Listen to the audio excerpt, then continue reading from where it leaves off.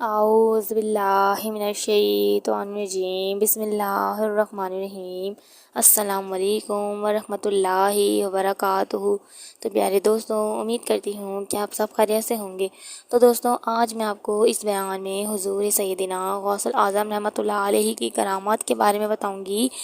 آپ سب نے غوث الاعظم رحمۃ اللہ علیہ کی کرامات، بہت سی کرامات دیکھی ہوں گی، لیکن یہ کرامات بھی آپ ضرور دیکھیے گا، ضرور سنیے گا کہ کیسے غوث الاعظم رحمۃ اللہ علیہ نے ایک مریض کو صحت یاب کر دیا تھا۔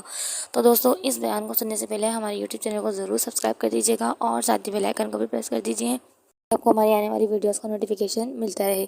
حضرت ابو عبداللہ محمد بن حضری کے والد فرماتے ہیں کہ میں نے سیدنا شیخ محی الدین عبدالقادر جیلانی قطب ربانی رحمۃ اللہ علیہ کی 13 برس خدمت کی ہے، اور آپ رحمۃ اللہ علیہ میں بہت سی کرامات دیکھی ہیں۔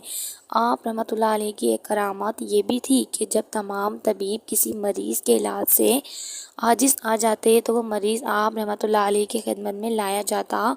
آپ رحمۃ اللہ علیہ اس مریض کے لیے دعائے خیر فرماتے اور اس پر اپنا رحمت بھرا ہاتھ پھیرتے تو وہ اللہ عز و جل کے حکم سے صحت یاب ہو کر آپ کے سامنے کھڑا ہو جاتا تھا۔ ایک مرتبہ آپ کی خدمت میں سلطان المستنجد کا قریبی رشتہ دار لایا گیا جو مرض استسقاء میں مبتلا تھا۔ اس کو پیٹ کی بیماری تھی۔ آپ نے اس کے پیٹ پر مبارک ہاتھ پھیرا تو وہ اللہ عز و جل کے حکم سے لاغر پیٹ ہونے کے باوجود کھڑا ہو گیا، جیسے کہ وہ پہلے کبھی بیمار ہی نہیں تھا۔ حضرت شیخ عبدالقادر جیلانی قطب ربانی رحمۃ اللہ علیہ کی خدمت میں ابو المعالی احمد مظفر بن یوسف بغدادی حنبلی آئے اور کہنے لگے کہ میرے بیٹے محمد کو 15 مہینے سے بہت تیز بخار ہے۔ آپ رحمۃ اللہ علیہ نے فرمایا کہ تم جاؤ اور اس کے کان میں کہہ دو، اے ام ملدم، تم سے عبدالقادر رحمۃ اللہ علیہ فرماتے ہیں کہ میرے بیٹے سے نکل کر ہلاک کی طرف چلے جاؤ۔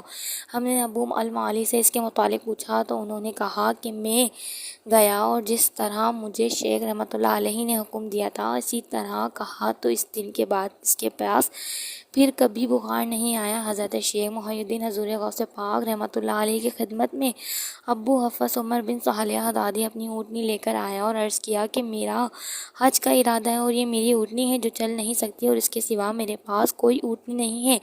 بس آپ رحمۃ اللہ علیہ نے اس کو ایک انگلی لگائی اور اس کی پیشانی پر اپنا ہاتھ رکھا تو وہ کہتا تھا۔